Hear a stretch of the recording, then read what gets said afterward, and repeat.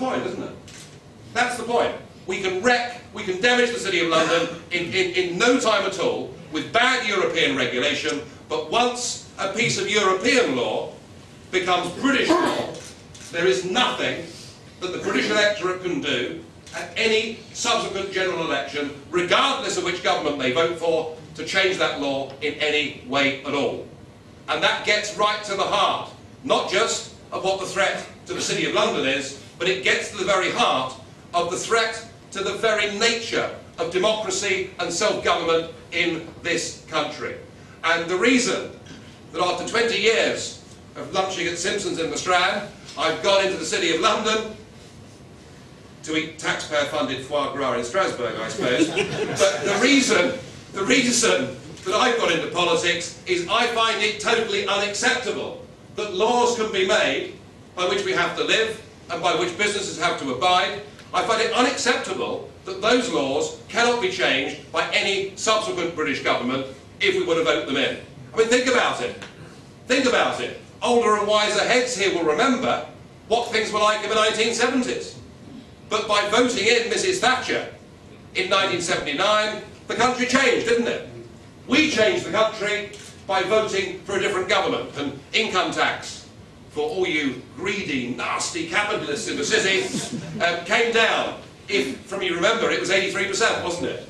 Top rate income tax was 83%, and within a few years of the Thatcher government, it had come down to 40%. So that is at the heart of this problem.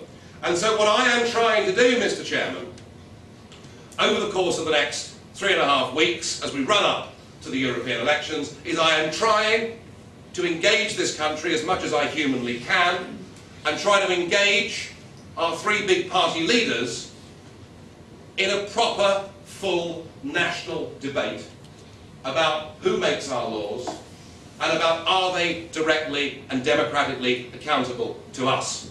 I've talked about finance, but of course this spills over to other areas of our life.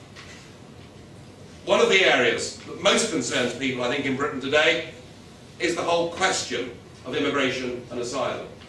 You know, it's not that, and please believe me, of the 69 candidates that we're putting up for the European elections, and that's the complete list, in England, Scotland and Wales, you know, we've got 5 of our candidates are black and Asian candidates, people who were born abroad, who've come to Britain, been damn successful, and believe in exactly the values that UKIP believes in.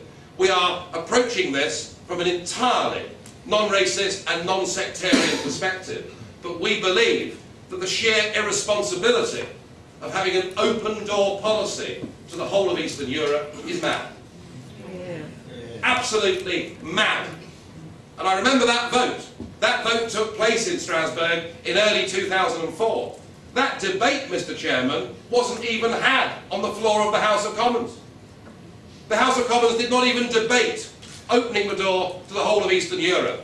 And I remember at the time that I said it seemed to me obvious that if you had an open door policy to countries that were very much poorer than the countries in the West, that inevitably it would lead to a huge migratory flow. Now, the Home Secretary at the time, David Blunkett, said that it would lead only to an extra 13,000 people a year coming into Britain. It was 500,000 in the first year alone. I suspect that David Blunkett was somewhat distracted by his very active social life at the time. I'm only jealous. So we've had this massive migratory flow. We continue to have an open door. But the madness doesn't stop here. Because Clegg, Cameron and Brown, they're not happy even with the medieval peasant economies like Romania and Bulgaria joining the European Union, and incidentally being able to vote on how the City of London runs its own businesses. No, we want to go further than that. We even now want to take into our union a country, 98% of which is landmass is in Asia, namely Turkey, and have a total open door to Turkey. It is madness, and let me give you an example of why it's madness. 3 weeks ago, the Romanian Prime Minister, I'll correct that, the Romanian President, 3 weeks ago, granted 1 million new passports to people from Moldova. Moldova is the poorest country by far in the entire European time zone. That means that those 1 million people, if they wish, can all come to the United Kingdom. I think it is totally unacceptable that a Romanian president can decide who comes to live, work and settle in this country. I believe those decisions, just as I believe how we run our financial services, should be made by the British people through their own parliament, who are directly accountable to them.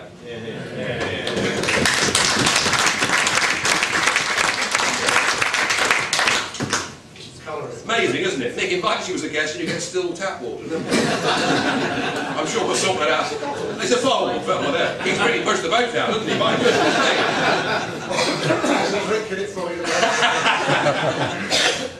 So once again, I want to engage those three big party leaders in this debate, knowing full well they would rather not discuss this, knowing full well they'd rather the great British public didn't actually know the truth about these things. And I am saying to people, use these elections on June the 4th. Recognise that we're not voting for who gets the key to the door to number 10, that we're voting in a European election, and so we should vote on European questions. We should vote on where 75% of our laws are made. We should vote deciding whether we think a £40 million a day bill to an organisation whose accounts have not been signed off for 14 years in a row is actually something we ought to do. So they're the kind of debates that we're going to try and have. And I'm going to be the lead candidate in the South East with some city experience and with some pretty considerable political experience. But we've got a very good team of people standing for UKIP in these elections, and I'll just introduce you briefly to the number 2 candidate in the South East. Do you remember when the entire European Commission had to resign in disgrace back in 1999? Fraud, waste, mismanagement and nepotism. That's what it was all about. And in fact the story was that the nepotism had got so bad that they discovered that the French commissioner, it's always French, it's funny, isn't it? The French commissioner, Edith Cresson, had even appointed her dentist to an £86,000 a year job in the European Commission. Of course, what we didn't know then, but do now, is that he was her live-in dentist. Anyway, nonetheless, the entire Commission was booted out, and we were told, don't worry, it's all going to be sorted out. We're going to find a wonderful new team of commissioners that are going to clear the whole thing up. And the man they put in charge of doing all of this was an Italian called Romano Prodi, who was known in the Italian press as the greasy sausage, and who himself had 3 times been investigated for fraud by the Italian government. But we were told, even if he's not the full 9 yards, we've got a really wonderful chap who's going to become the Commission Vice President, and his job will be to sort out fraud, waste, mismanagement and corruption within the Commission. And they chose that great giant of late 20th century British politics. Yes, I'm talking about the boyo from the valleys, Neil Kinnock. The man who even managed to lose a general election to John Major, and my God, that took some doing. And so, Kinnock was put in charge of cleaning the whole thing up and reforming it, and for the first time in their history, believe it or not, they actually appointed somebody to be the chief accountant to the Commission who was qualified as an accountant. It had never happened before. So Marta Andreasen was appointed with a budget of 100 billion euros a year, and a couple of years into this, clearly there was no real attempt at reform of any kind at all, and Mr. Kinnock clearly wasn't listening, and she decided that she could keep quiet no longer, and she became known as the whistleblower. She said she's not a whistleblower, and her name, if you remember, was Marta Andreasen, and I'm very pleased to say, and stand up Marta please, this is the lady who did her best.